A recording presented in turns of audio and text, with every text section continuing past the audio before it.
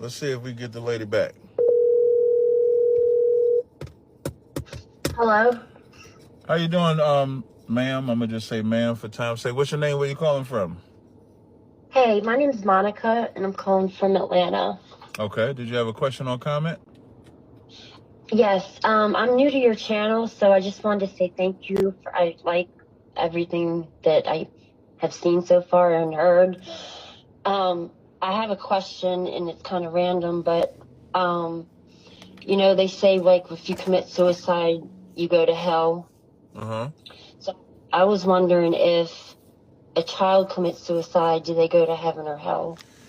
Okay, so I pray that that's not any of your children, any children that you know. But you don't die and go to heaven or hell.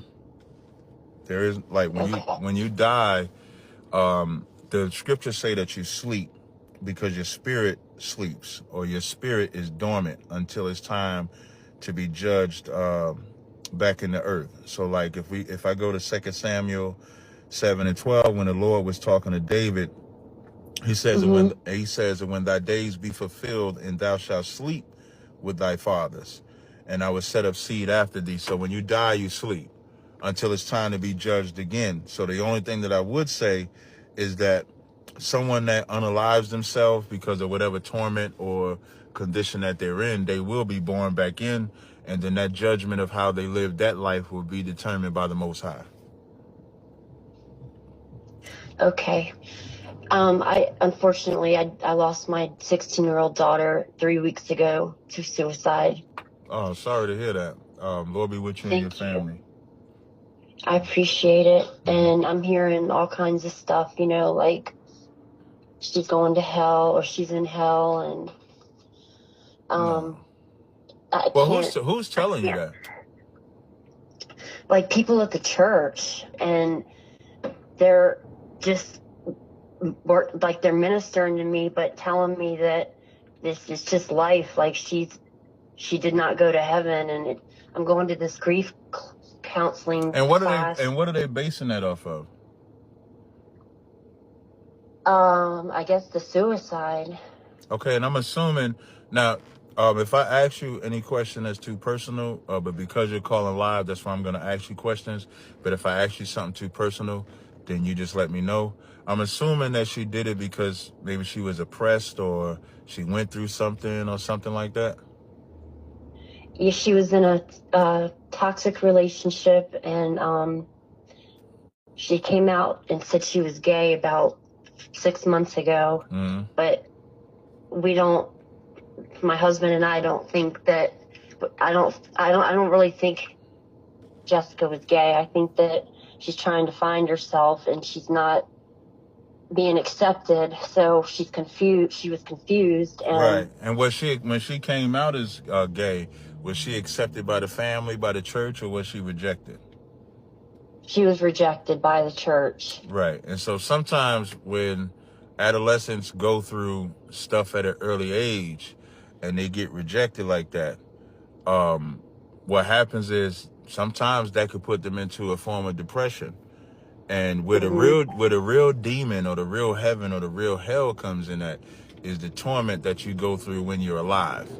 And sometimes that torment that you go through when you're alive can cause you to unalive yourself, can cause you to commit suicide. And if you don't get the right help, that's what will happen to you. So it's unfortunate that she did that. But now you as the mother and then your husband as the father, y'all have to live with the notion that she's not tormented no more. So I'll give you another scripture. This is Job. This is in the book of Job, the 3rd chapter. And I'm going to read this is verse 11. I'm going to read all the way to verse 17. So this is Job. When Job was going through his torment, this is what Job asked for. He says, why died I not from the womb? Why did I not give up the spirit when I came out of the belly? Why did my knees prevent me, or why did the breast that I should suck?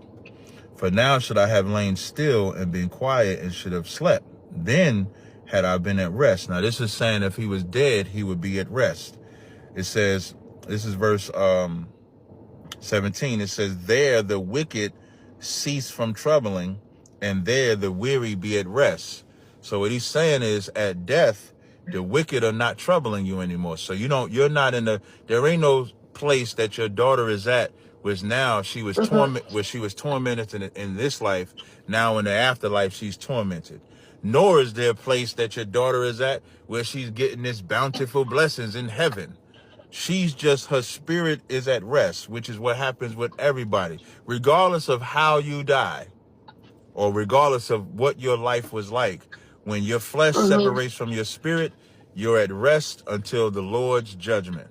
And the Lord's judgment takes place when we're born on this plane. So in the last scripture I'll give you. So in Ecclesiastes, it says, I saw under the sun the place of judgment. It doesn't say, in death or in hell or something like that. You see it under the sun. Under the sun is the planet Earth. So, I'm not your counselor or anything like that, but when you're going through life, what I would do if I was you, I'm pretty sure you had great memories with your daughter, right? Yes. And you had great things. Right. So I wouldn't dwell on the fact that your daughter is not here. Like like the scriptures say, you mourn for your children or you mourn for a loved one, 7 days. But then after that, you have to live for your daughter. Like your daughter is not here, but you're here. So you can't now live in death because now you're not living at all. It don't make no sense for both of y'all not to be here.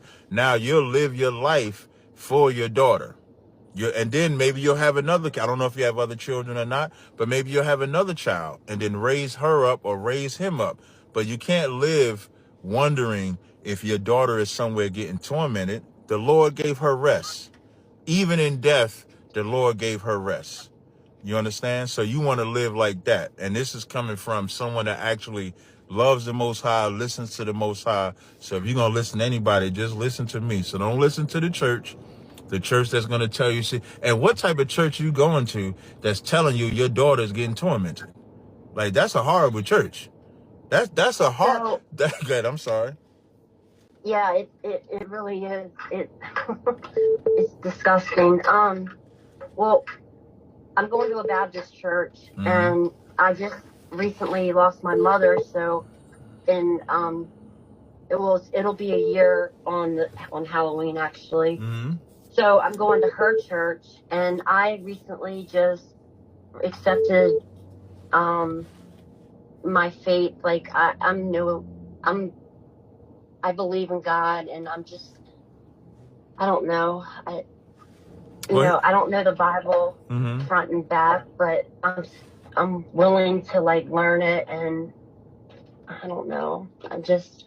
I thought these people were right because they're the preacher's telling me and his wife's telling me something, and I'm believing them, but I'm also in this rage where I just want to Well, if you want peace, look out. Yeah, well, I can't speak for what churches you decide to go to, but if any church is not actually giving you true comfort, that is not the place that you should be.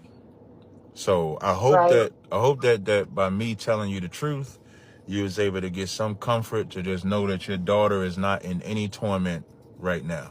Your daughter is now able to rest from the torment that she was receiving that was so much that she couldn't bear it in this life. So now she's at rest, okay? Thank you so much. I really appreciate that. No problem. You have a good day. You too. Bye-bye. Bye-bye.